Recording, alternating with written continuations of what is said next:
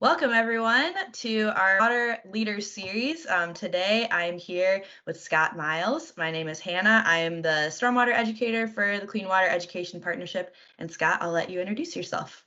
Yeah, thank you. And my name is Scott Miles. I'm currently the stormwater engineer for the city of Rocky Mount. Been here about a year and a half, but I've been in municipal government for coming on 20 years now. A graduate of North Carolina State University, so I've been in the area a long time, and I appreciate this opportunity. Yeah, we're excited to hear from you. It sounds like you've been a water leader for some time now. Definitely a seasoned professional, which is great. Um, okay, so my first question for you today is why did you decide to work in the water sector? What brought you to this hmm career? Sure. Well, growing up, I always was kind of a big fan of being on the water. I used to go fishing a lot with my dad and, going to the beach. And I always just enjoyed, being outside, being in the environment. So kind of when the time came to go to college, it was already always in the back of my mind. So I kind of got into civil engineering, sophomore, junior year as you do. And I kind of started thinking about, well, really, well, how did I want to make my focus? And, I thought back to the days of water quality and how I wanted to just promote that. And especially, Dr. Malcolm was a professor at the time at NC State. He's pretty famous around North Carolina, and he just had such a passion for it. And his classes kind of steered me in that direction. And some of the structural engineering classes steered me away from structural engineering. And it just, the time was right. It really kind of got my interest that this was something that, I could do, I wanted to do, and it's something to help the environment. That's awesome. It's funny, that's a common thread between a lot of the interviews I've done with you and other folks that there's childhood experiences that have brought you into this career. And that's true for me too. I grew up canoeing with my dad in the hmm lakes of the Midwest in Illinois and Wisconsin. And I think those personal connections run deep in our passions and our careers. So I'm glad to hmm hear that that's true for you too. hmm Okay, so my next question for you is what inspires you or gives you hope to continue doing your work? That's a good question. Because there's a lot of challenges in this industry, and it's like you're always trying to balance, the interests of the private landowners versus the public interest. So, so many changes have occurred really since I've been in the industry, changes for the positive, and that's what kind of continues to drive me. It's like I see change, I see effects being made in the water quality, and that really it sort of makes you want to push a little bit further. So it's like, the new regulations and things that we can do. I see people taking ownership of this. It's like it's not just regulations coming down. It's people, learning about what's going on in the environment and wanting to help. And historically, it's been sort of it's a good steward. It's like we just trying to appeal to people's good nature, and that's not always been very effective. So it's like when the regulations come in, and now I'm kind of seeing a resurgence. It's like people, really taking ownership of environmental and just wanting to do things to improve. It's like starting in elementary schools. It's like when we do these educational programs, the kids are really excited to do that. And I hear on the back end that they go home and tell their parents, it's like, hey, well, why are you doing these things when the people at school said that it's bad for the environment? And so it's Mhm. just the trickle down effect. And just seeing that there has been change made in this industry over the years, that's what pushes me to inspire me to continue working in it. Yeah, I love that you've been in the industry long enough to see some of those changes and some of that positive mindset shift. Mhm. And I definitely agree with you that the education piece is so important, and especially like the role, the educational role that kids play in helping educate their family and their friends. That's like a really powerful tool and a great benefit of being able to collaborate with schools for educational events and get Mhm. people excited about water issues. Definitely. Absolutely. Yeah. Okay, so next question is what is an exciting project or initiative that you are currently working on? Probably the biggest project that I'm working on currently for the city of Rocky Mount is we have a 100-year-old arch brick culvert that runs underneath our downtown. And for a 100-year-old brick arch culvert, it's actually in pretty good shape. But it needs to be rerouted essentially because it goes under some buildings and foundations are cracking, and it's really part of a larger initiative to really revitalize our downtown, like many cities, many communities are doing. It's like we want to bring people back downtown because Mhm. people were pushed out to the edges and the suburbs, and so now we want to bring that back. And so we're rerouting this culvert, and as a part of that, we're really trying to do a lot of streetscaping as a part of it, creating some parking downtown where we can do some green, engineering, where we can do some things that will help with the water quality, and that's all kind of tied into this large project. It's like a $10.5 million project, Wow. and we're really trying to bring in, an economic development part of it, trying to bring in places that we can do green infrastructure that's really going to help with the water quality.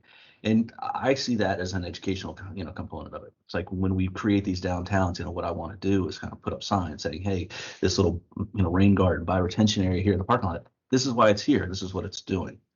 And so it's just an effort to bring people back downtown. That's really what we hope to do. We have a event center that opened up a few years ago in downtown, and we really want to bring people back to the community and revitalize it. And that's happening here in Rocky Mountain. I'm really excited about it because I see growth here. I think this is hasn't had a lot of growth over the last 20 years or so, but that's changing. And I think this sort of initiative and others that we're doing in the city are part of that, and it's really exciting. Yeah, I love that that project is tied into other visions that you have for the downtown area. That's great, and makes your job easier that there's already things going on, and you can get in there and do some Hmm. stormwater management work too. I what you were talking about with having some educational signs and using this as an educational opportunity reminded me of I just did a program with Shauna down in Fayetteville, Hmm. and we did like a virtual school visit. And she talked about some of the local green infrastructure, and we had pictures of the signs. And it was really cool for the kids to be like, "Oh, I go to that playground," and like I didn't know that there was like green infrastructure there, or like there's Hmm. a green parking lot there. So it was really cool for them to make those local connections. And I think it's just like not only an opportunity for people who are utilizing the downtown, but also an opportunity when you're doing school visits or public events to point it out to folks and talk with them about their experiences with those places too. Hmm. So Absolutely. yeah, that's going to be really cool. I'm looking forward to seeing the finished product of that. Do you know what's the timeline on that project? Obviously, a lot of it has to do with funding because it's a pretty Yeah. expensive. So we're seeking some federal grants as Okay. well as some local grants to do that. So we're hoping within the next 5 years it's going to be fully underway and under construction and kind of Great. phasing it as we get money to do so. Yeah. So. I mean, it Mhm. sounds like since it's kind of old infrastructure, it's definitely going to take a while. I remember I was out in Siler City with Maya last year and saw some of those brick culverts that go under roads and buildings, and they're really beautiful, but I can understand how it would be really hard to maintain them after 100 years. So, Absolutely. yeah. Okay, so we talked a little bit about this, but I wanted to ask more specifically about the trends and challenges that you're currently dealing with, and that are on the horizon for you in Rocky Mount. Yeah, and I mean, we just touched on probably the biggest thing is aging infrastructure. It's Mhm. like, we've got these, stormwater systems as well as other things all over the city that are starting to, reach the end of their design life. And it's like, being able to, first of all, find them, is having a good program where we can be proactive and going out there and finding it before the sinkhole in the road, shows up and stuff like that. And just managing that with our budget because obviously that's really what everything comes down to is having the budget not only to find the problems but to actually fix them and deal with them, and Yeah. that's always a challenge anywhere you in any industry really. It comes down to what funds do you have and how can you best manage them, to clean up some of these efforts. That's probably the biggest one. Kind of on a big picture scale, one of the other challenges that we're dealing with now is basically it seems like our climate is changing, and specifically in my industry we're having more intense rainfalls, than we really ever have before. I've been in it, 20 years, and people say, I've lived in this house for 35, 40 years. I've never had this flooding problem. It's like, well, that's because we've never had rainfalls like this. So I believe you when you say that. And like, for example, in the last year and a half since I've been here at Rocky Mount, we've had really three of the most intense rainfalls events ever on record. And you have to try to figure out what that is this the statistical anomaly? Was the historically just had drought systems? It's hard to say, and that's a challenge I think we're facing as engineers in an industry. Is like, okay, what should we be designing these things for? Mhm. And just have some expectation for what do we need to do differently in the future if so. I know there's a lot of people that are currently studying that, and that's one of the other Yeah. things about. It's like seeing, all right, how is the industry, with stormwater going to change in the near future as far as these storms and how we're designing? Because hurricanes, obviously, those we seem to be getting more of those, but it's not Mhm. necessarily the hurricanes that are causing the problems. It's these ones that where we get this like an inch of rainfall in 5 minutes that just Yeah. overwhelm us. And it's Yeah. like, what can we do really to help mitigate that? Yeah, I love you're definitely touching on like building for resilience. Like how are you going to make resilient stormwater infrastructure for the future? And it sounds like you have an opportunity to build for resilience with this project that you're working on in Rocky Mount right now. But yeah, I mean it's a challenge. Like doing things like green infrastructure can help with some of those like lighter rainfalls, but when you get an intense storm, it doesn't matter how many green roofs you have, it's still gonna flood. So yeah, I think yeah, there's definitely a lot of challenges with changes in Mhm. rainfall patterns and more intense storms and that kind of thing for sure. Okay, so second to last question. What Mhm. are your hopes for the future of your sector? Where would you love to see Rocky Mount in 10, 15, 20 years? I would obviously, I'd like to see kind of what we talked about is like see our downtown kind of like, vibrant and alive again, and kind of, balancing that we with the need to have clean water because, sometimes people see economic development at odds with the environmental aspect of it. But it being in the industry, I don't that's not necessarily the case. I think, and that's an educational component. It's like we can do these things that are good for the environment while still having all this other good stuff happening economically and socially in our in Rocky Mountain I'm talking about. And I think that's where we're moving towards. I think these things that we're doing in downtown, we bring in a lot of different perspectives, and my perspective is going to be one of those. It's like we still need to protect the environment and do good things downtown while not ignoring the fact that we want to bring businesses, we want to bring people downtown. So, being able to just find that balance, Mm, because we need clean water. And I think a big part of that too is, is the educational. It's like, I see a lot of trash in the streams, and that's, mm. I don't know, is it just people come flying out of their pickup trucks or people chucking it out the window? I don't know. And so that's the sort of thing. It's like doing these cleanups, but then getting on the front end of it and going to the schools because, as we mentioned before, I think talking to children really is the key Mm, to this because I think I was born in the early 70s, and that was the first generation where had the first Earth Day back in 1970, clean yeah. water 1972, and it was the sort of my generation was the first one to get this sort of educational component. It's talking about that, and it's gotten better and better and better as we've gone along. I mean, you look at things like smoking. It's like that started in the schools. It's like don't smoke. It's Mm, really bad for you. Just getting that educational component out there, and I think that's been a big part of eradicating that. And I think I see the same thing with this. It's being making it a part of the kids' school program, just getting them to realize yeah. this. And it trickles up to the parents and sometimes the grandparents, and they just leave school with more of an awareness, and just having that awareness is just that's a big part of it. And that Yeah. yeah, that excites me about the future. Yeah, that's awesome. I love that you're talking about the intersection of like economics and education and and stormwater. And I think that's a really interesting and exciting place to be. It sounds like you have lots of opportunities to explore that with Rocky Mount. And I'm so Mhm. glad that you're one of those stakeholders that are involved in that revitalization of the downtown area, because you're right, like we really need that perspective. And that's awesome Mhm. that you can contribute your perspective while not taking away from the other important Mhm. things that are happening with the revitalization. So yeah, I Yeah. think that's really, really wonderful. I'm really glad you're a part of that project and those conversations. Yeah, and that's kind of a bigger issue that we're dealing with. So that's like you have these regulations on water quality, but then there's also the private property owners' rights. It's like, how do you balance that? It's, you Yeah, appeal to the good stewardship, but it's like that's the age-old question on anything. How much can the government tell people to do on their private property?